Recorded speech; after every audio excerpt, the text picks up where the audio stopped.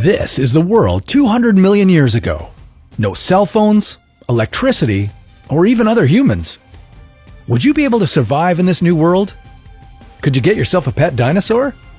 Wait, dinosaurs are here? Okay, maybe this won't be so bad.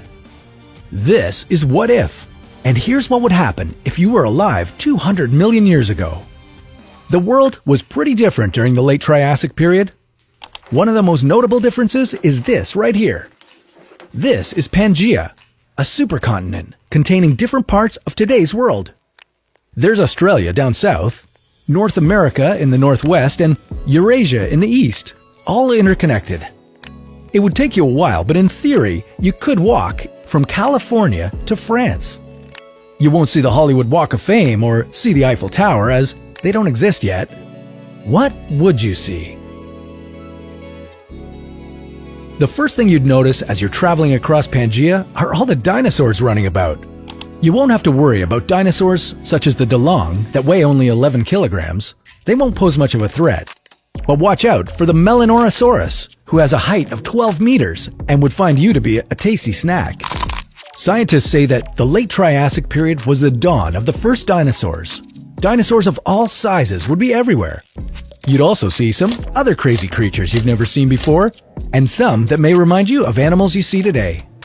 This species, known as the Drepanosaurus, with its reptile-like skin and arched back, might be one of the first versions of birds to ever exist.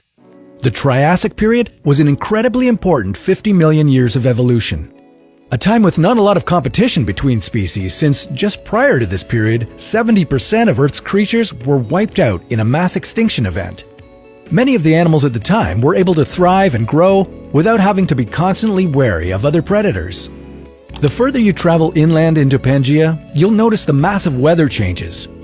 The outer edges of the supercontinent may be full of lush forests and green grass, but the further you go in, that begins to change. Scientists suspect that much of Pangaea was a dry, desert wasteland. That's because the land mass was so large that the interior wouldn't have received the cooling effects of the ocean.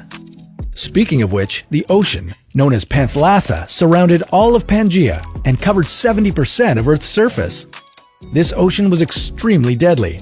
It could easily produce super hurricanes and monsoons, and due to its massive size, they could gain enough momentum to hit Pangaea with potentially fatal weather. Pangaea was just beginning to separate 200 million years ago. If you were able to stick around a few million more years for the Jurassic period, that's when you'd truly see dinosaurs thrive. The T-Rex, Brachiosaurus, Stegosaurus.